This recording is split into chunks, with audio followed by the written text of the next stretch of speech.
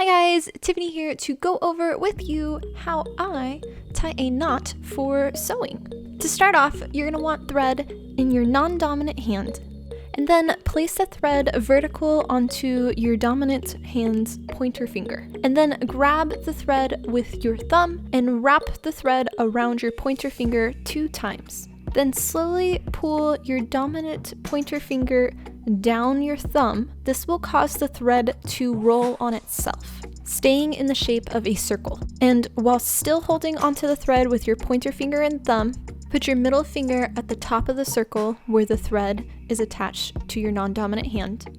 And then release your pointer finger and pull with your non-dominant hand. This will cause all of the thread to roll up in a small little knot in your dominant hand. And then that's it. You did it!